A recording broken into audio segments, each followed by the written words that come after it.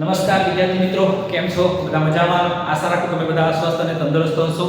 આજે આપણે ધોરણ 8 ગુજરાતી વિષયમાં એક ગ્રામરનો સરસ મજાનો ટોપિક જેનું નામ છે અલંકાર એ શીખવાના છે. કહેવાય છે કે જે સાહિત્ય પ્રેમી છે, કવિઓ છે, લેખકો છે, એમના માટે જે કોઈક મનપસંદ ટોપિક હોય રચના કરતી વખતે તો તે છે અલંકાર. કારણ કે અલંકાર વસ્તુ એવું છે કે જે ભાષામાં કાવ્યમાં રમણીયતા એટલે સુંદરતા લાવે છે. તો આજે આપણે અલંકાર વિશે જાણવાનો સમજવાનો પ્રયત્ન કરીએ. તો અલંકારનો અર્થ સૌથી પહેલા અલંકાર વિશે જાણીએ તો અલંકારનો અર્થ શું થાય છે? સાદો અર્થ સામાન્ય અર્થ થાય છે શણગાર અથવા આભૂષણ થાય છે.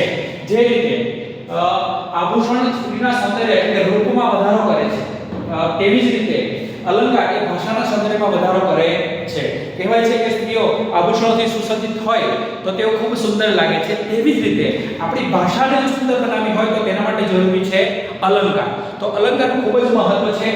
કાવ્યની રચના કરતી વખતે ભાષામાં રમણીયતા લાવવા માટે, સુંદરતા લાવવા માટે અલંકાર ખૂબ જ જરૂરી છે.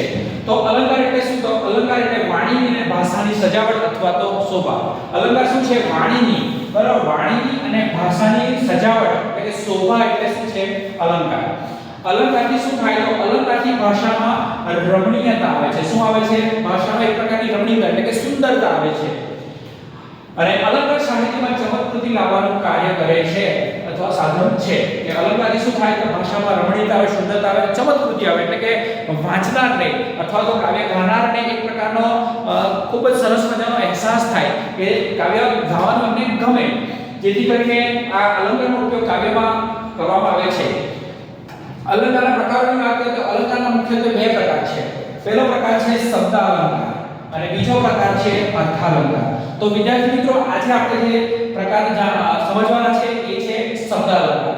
શબ્દ અલંકાર એટલે કે શબ્દને આધારે રચાતા અલંકારોને શબ્દ અલંકાર કહેવામાં આવે છે. એટલે શબ્દને આધારે જે અલંકારની રચના થઈ છે તે અલંકારને આપણે શબ્દ અલંકાર કહીએ છીએ. તો શબ્દ અલંકારમાં વધુ આપણે જોવાનો પ્રયત્ન કરીએ.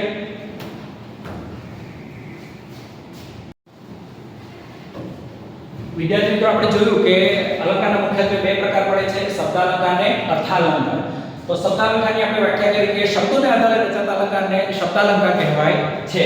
કે જે અલંકારમાં શબ્દને આધારે પ્રકારો પડે છે તેને આપણે શબ્દ અલંકાર કહીએ છીએ. શબ્દ અલંકારના મુખ્યત્વે 5 પેટા પ્રકારો છે. જેમાં પહેલું છે વર્ણાનુપ્રાસ અલંકાર અથવા તો વર્ણ સદાય અલંકાર. બીજો પ્રકાર છે શબ્દાનુપ્રાસ અલંકાર.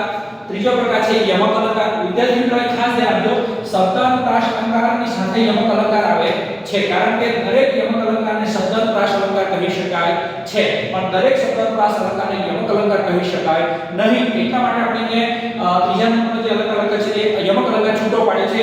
એ શબ્દાનુપ્રાસ અલંકારનો જ એક ભાગ છે, પરંતુ આપણે અલગ અલગ રીતે સમજવાનો પ્રયત્ન કરીશું. ચોથો પ્રકાર છે પ્રાસનાટ્ય, જેને આપણે આંતરપ્રાસ અલંકાર પણ કહી શકીએ છીએ. પાંચમો પ્રકાર છે પ્રાસાનુપ્રાસ અલંકાર, જેને આપણે અંત્યાનુપ્રાસ અલંકાર પણ કહીએ છીએ. હવે વિગતવાર આપણે આજે બે અલંકાર શીખવાના છે, વર્ણાનુપ્રાસ એટલે કે વર્ણસદય અલંકાર અને શબ્દાનુપ્રાસ અલંકાર. તો આ બે અલંકાર આપણે શીખવાનો પ્રયત્ન કરીએ.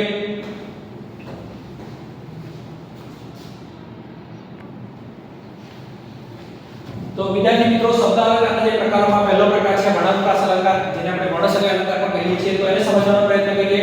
તો એની વ્યાખ્યા છે કે એક જ પંક્તિ કે વાક્યમાં એકનો એક વર્ણ એટલે કે અક્ષર શબ્દના આરંભ એટલે કે શરૂઆતમાં બે કે તેથી વધુ વખત આવે ત્યારે તેને વર્ણાનુપ્રાસ કે વર્ણસદય અલંકાર કહેવાય છે અથવા તો બને છે. વિદ્યાર્થી મિત્રો, અહીંયા એક શબ્દ સમજજો કે વર્ણ કે અક્ષર, ફક્ત વર્ણ. શબ્દ અલગ છે અને વર્ણ એટલે અક્ષર અલગ છે. જેમ કે એક છે અક્ષર શબ્દ છે કે કિરણ. તો કિરણ આ એક શબ્દ છે, પણ એ શબ્દની અંદર 3 અક્ષર કે વર્ણ છે. જેમ કે આમાં ક, ર અને અણ. તો આપણે શબ્દો નથી પકડવાના, વર્ણ પકડવાના છે. વર્ણ અથવા અક્ષર જે શબ્દના આરંભ એટલે શબ્દની શરૂઆતમાં એક વાક્ય હોય અને વાક્યની શરૂઆતમાં શબ્દો હોય અને શબ્દની શરૂઆતમાં જે વર્ણ આવ્યો હોય કેટલી વખત, બે કે તેથી વધુ વખત જો આવે તો ત્યારે તેને વર્ણાનુપ્રાસ કે વર્ણસદય અલંકાર કહેવાય છે.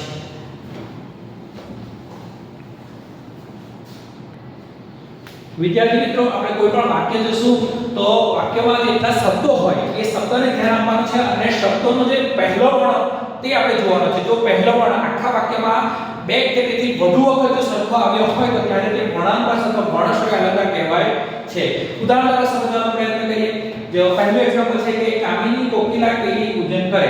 તો અહીંયા એક આ વાક્ય છે, તેમાં આપણે દરેક શબ્દને જોઈએ કે દરેક શબ્દ, જેમ કે પહેલો કામિનીમાં ક, કોકિલામાં ક, કેરીમાં ક, પૂજનમાં કુ અને ઘરેમાં ક. તો અહીંયા તો જેટલા શબ્દો આપ્યા છે એટલા દરેક શબ્દનો પહેલો વર્ણ એટલે અક્ષર સરખો છે, પણ આપણે વ્યાખ્યા પ્રમાણે બે કે તેથી વધુ હોય તો પણ તેને વર્ણાનુપ્રાસ અથવા વર્ણસગાય અલંકાર કહેવાય છે. બીજું એક્ઝામ્પલ જોઈએ કે પાણી માટે પ્રભાશંકર પાણિયારા પાસે ગયા. તો અહીંયા આપણે જોઈ શકીએ કે પાણીમાં પા, પ્રભાશંકરમાં પ્ર, પાણિયારામાં પા અને પાસેમાં પા. તો આખા વાક્યમાં 5 થી 6 શબ્દો છે, પરંતુ 4 શબ્દો એવા છે કે જેનો પહેલો વર્ણ હોય એટલે કે સરખા છે. એટલા માટે આને પણ આપણે વર્ણાનુપ્રાસ અથવા વર્ણસગાય અલંકાર કહીશું. ત્રીજું ઉદાહરણ જોઈએ કે મીઠા મધુ ને મીઠા બેહુલારે ડોલ. વિદ્યાર્થી મિત્રો તમને ખ્યાલ આવવા મળ્યો હશે. અહીંયા આપણે જોઈએ કે મીઠા મધુ, તો મીઠા મ, મીઠા અને મે. તો અહીંયા 4 શબ્દો એવા છે કે જેનો પહેલો વર્ણ એટલે કે અક્ષર સરખો છે. એટલા માટે આને પણ આપણે કયો અલંકાર કહીશું? વર્ણાનુપ્રાસ અથવા તો વર્ણસગાય અલંકાર કહીશું. ચોથું ઉદાહરણ છે કે પ્રીત કરું પ્રેમથી પ્રગટ થાશે. પ્રીત કરું આપણી પ્રેમથી પ્રેમ પ્રગટ થાશે. બરાબર? તો અહીંયા આપણે 3 શબ્દો એવા છે કે જેનો પહેલો વર્ણ સરખો છે. એટલા માટે આ પણ વર્ણાનુપ્રાસ અલંકાર બને છે. પાંચમું એક્ઝામ્પલ જોઈએ કે સાગરે ભાસતી એ ભવ્ય ભરતી.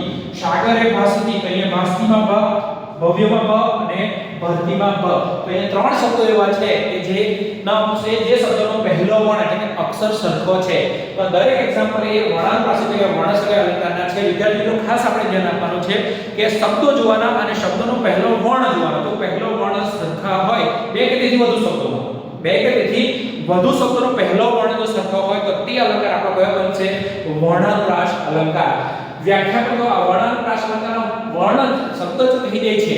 શું કહે છે કે વર્ણાનુપ્રાસ અલંકાર કે વર્ણ એટલે અક્ષરને જ આપણે જોવાનો છે, શબ્દને જોવાનો નથી. આના વધારેના ઉદાહરણ તમને ગૃહ કાર્યમાં આપીશ તો એ તમે ધ્યાનથી કરશો. હવે આપણે આગળ બીજો પ્રકાર જોવાનો છે જેનું નામ છે શબ્દાનુપ્રાસ અલંકાર. તો શબ્દાનુપ્રાસ અલંકાર વિશે આપણે જાણવાનો પ્રયત્ન કરીએ.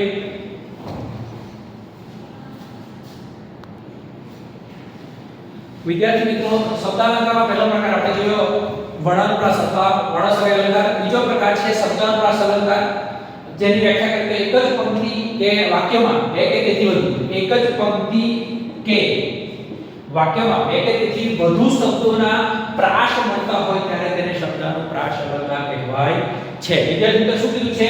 બે કે એક જ પંક્તિ છે અથવા તો એક વાક્ય છે અને એ વાક્યમાં જેટલા પણ શબ્દો છે એ શબ્દોમાં ઓછામાં ઓછા બે શબ્દોના પ્રાસ, બે કે તેથી વધુ અથવા બે શબ્દોના તો હોવા જોઈએ કે બે કે તેથી વધુ શબ્દોના જો પ્રાસ મળતા હોય ત્યારે તેને આપણે શબ્દાનુપ્રાસ અલંકાર કહેવાય છે. હવે તમને મનમાં પ્રશ્ન થયો, પ્રાસ એટલે શું? પ્રાસ એટલે આપણે કહીએ છીએ કોઈ શબ્દ હોય ને એ શબ્દનો પાછો બીજો રિપીટ ઉચ્ચાર કરે. જેમ કે જાવા પીસો, તો જાબા, આને શું કહેવાય?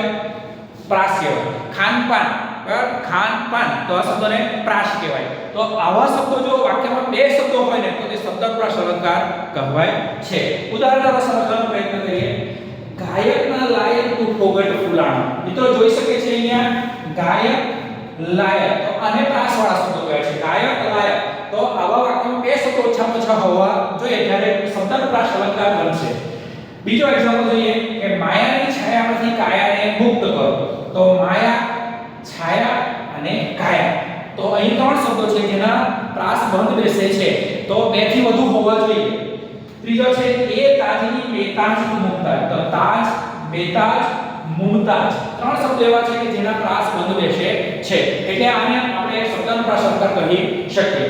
ચોથો એક્ઝામ્પલ છે કરે ગાન, તાન, પાન, પત્ર હાથમાં રહેલો. વિદ્યાર્થી મિત્રો, તમને ખ્યાલ આવવા માંડ્યો હશે કે જોઈ શકીએ આપણે કે ગાન, તાન અને પાન, તો આ 3 શબ્દોના પ્રાસ સરખા છે એટલા માટે એને આપણે શબ્દાનુપ્રાસ અલંકાર કહીએ છીએ. આજ મારે કાજ આવ્યા હરી. અહીં આપણે જોઈ શકીએ છીએ કે આજ અને કાજ આ બે શબ્દો એવા છે જેના પ્રાસ બંધ બેસે છે, એટલે આવા પ્રાસ બંધ બેસતા હોવા જોઈએ. જે કેટલા શબ્દોના? બે, ઓછામાં ઓછા બે થી વધુ હોય તો પણ ચાલે, ઓછામાં ઓછા બે શબ્દો એવા હોવા જોઈએ કે જેના પ્રાસ બંધ બેસતા હોય ત્યારે તેને આપણે શબ્દાનુપ્રાસ અલંકાર કહી શકીએ છીએ. તો વિદ્યાર્થી મિત્રો, આજે આપણે ફક્ત બે ટોપિક, એક છે વર્ણસગાય એટલે કે વર્ણાનુપ્રાસ અલંકાર અને બીજો છે શબ્દાનુપ્રાસ અલંકાર. તો આ બે અલંકારોના હું થોડા ઉદાહરણ તમને મોકલાવું છું, તો તમે ધ્યાનથી એને સમજી અને તેના પ્રકારો ઓળખવાનો પ્રયત્ન કરશો. આભાર.